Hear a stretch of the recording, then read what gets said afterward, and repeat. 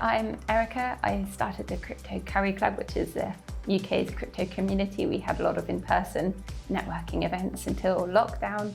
I work at CMS, a law firm helping guide and grow their crypto strategy, and I'm part of Cent Finance, a DeFi startup.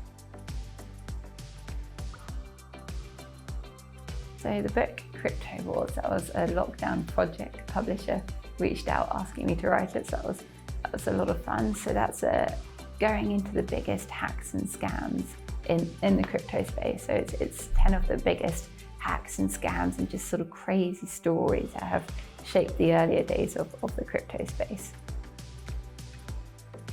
In the summers during uni, I used to go to South America, just traveling, just taking advantage of the free time, sort of backpacking around. And one of those summers I'd spent in Guatemala, and I got mugged like 4 times in a row. I was going off piste a lot and sort of going off the tourist trail. So the only way I could get money there, and this was before then, so this must have been 2007, the only way to get money then was going to the local Western Union branch. So it was this remittance company, so I had to walk a few miles to go to the local Western Union branch and call my dad in England, who kindly the next day drove to the local Western Union shop in England and sent me money. And that took 3 days to arrive, and it cost 14%. And then they gave you, at the end of the 3 days, they give you cash minus the 14% that you've paid for a transaction fee. And you know, that had stayed with me, because after being mugged a whole bunch of times, the last thing you want is to receive cash.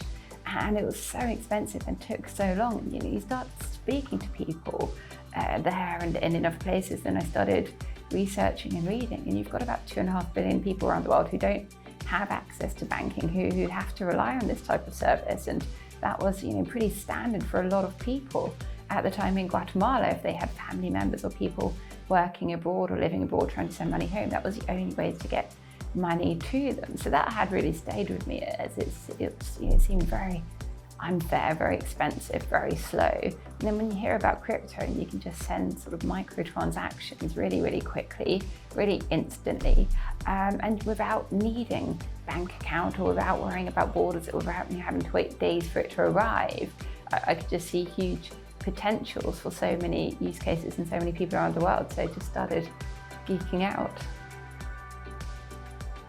So a lot of them, whilst looking different on the surface, all were similar in the sense, and are similar in the sense that what they're trying to do is get people to send in their Bitcoin or other cryptocurrency or other sort of real world money in exchange for whatever they're offering, which might just be thin air, it might be other crypto tokens, but often the crypto tokens will be worthless. And what they have sort of at their core is that they don't have an amazing ability that just magically doubles money, or they don't have the trading algorithm, or they don't have the secure storage, or whatever it is that they're promising. They're all trying to get people to part with their Bitcoin and the way Bitcoin and crypto generally work. And there are exceptions, and we've seen exceptions recently, such as recently with a large hack where a large amount of crypto was returned within 24 hours.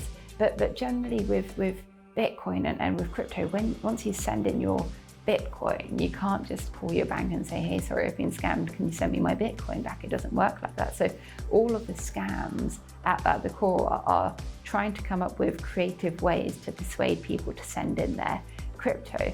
So what the worst crypto scams have done is brought in sort of huge teams and huge networks of expert multi-level marketers who have huge amounts of influence in marketing, and then teams to go out and persuade people to invest in whatever the project is. And they work on huge commission payouts.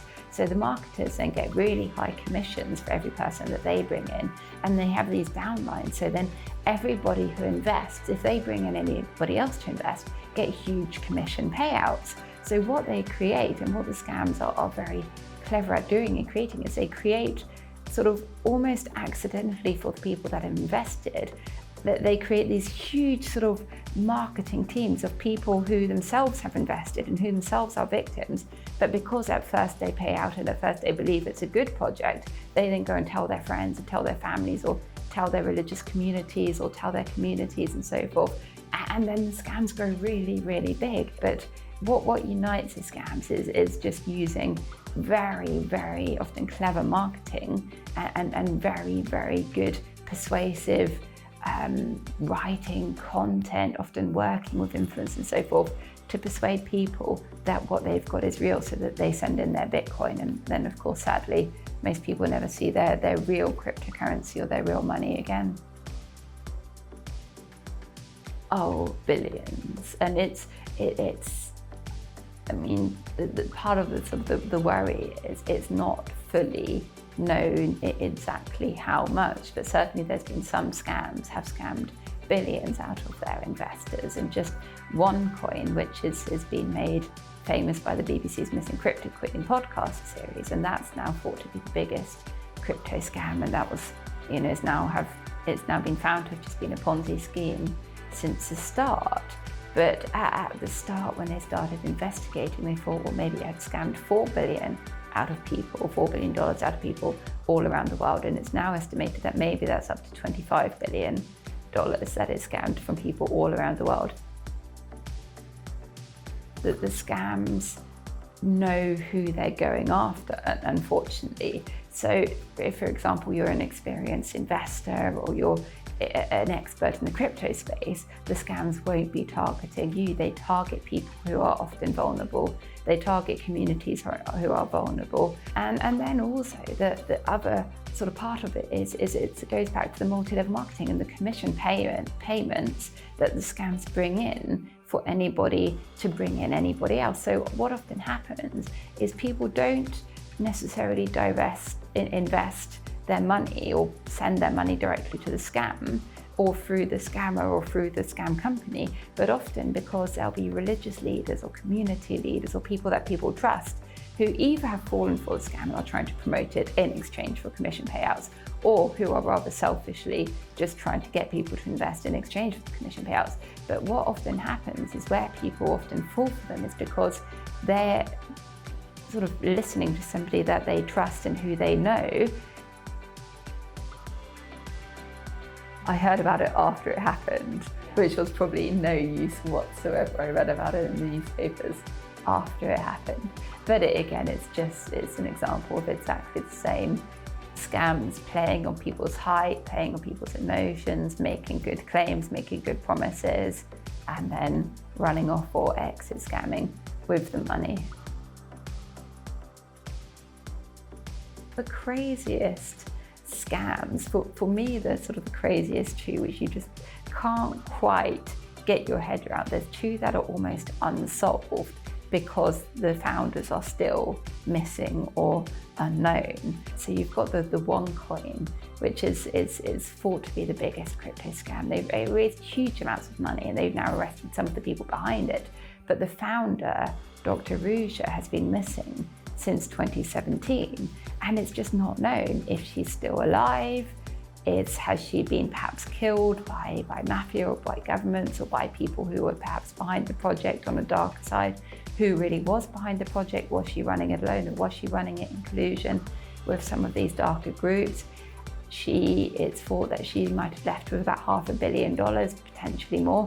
So it's possible. She's very smart. She liked plastic surgery. She spoke about 5 languages fluently.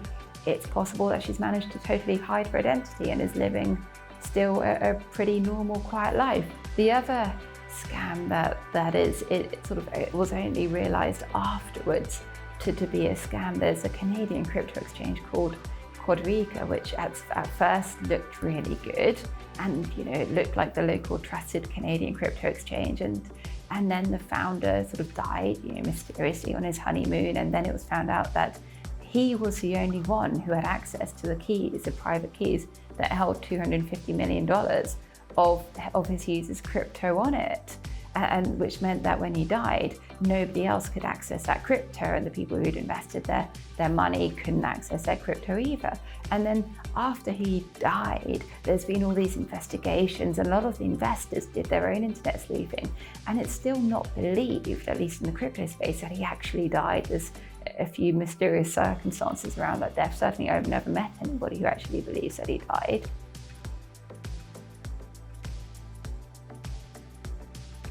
So first, if there's any, I'd say with crypto, if there's any multi-level marketing setups involved where there's high commission payouts, and if the projects are paying high commissions to get any investors in, or if they're just piling a lot of pressure in or doing really persuasive marketing to get people in, I'd say that's a red flag. I've certainly never seen a project in crypto that pays commission and that uses multi-level marketing to get new investors in.